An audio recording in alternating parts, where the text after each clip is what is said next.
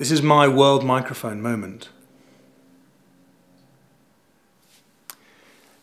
Imagine a world, if you would, where peace was the mainstay, the foundation.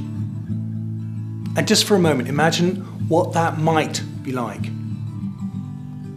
Imagine the whole planet meeting in a spirit of collaboration, curious about the human possibility, about our potential, what we could achieve as a race.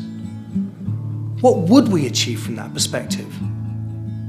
What if all our differences were assets in the creative potential of our species, like different spices in the same cooking pot, adding colour and depth and saviour?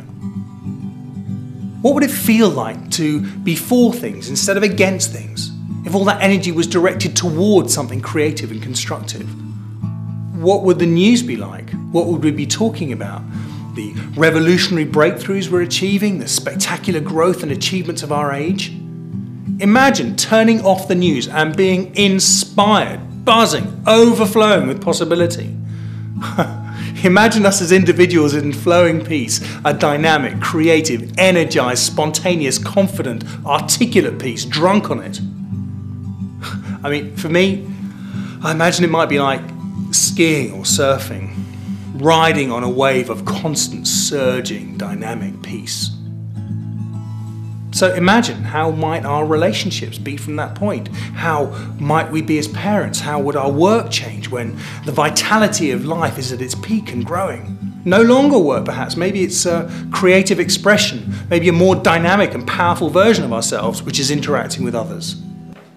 Are we curious to find out what that possibility is? How good it could get? What if? What if? Do we have the courage to live peacefully? Can we stand outside the norm and create a new norm? Maybe we don't need courage. Maybe being curious is enough. Are we curious enough to find out what a world built on peace is like? What the amazing potential for our species is when the idea that we can solve things by killing each other is just out of date?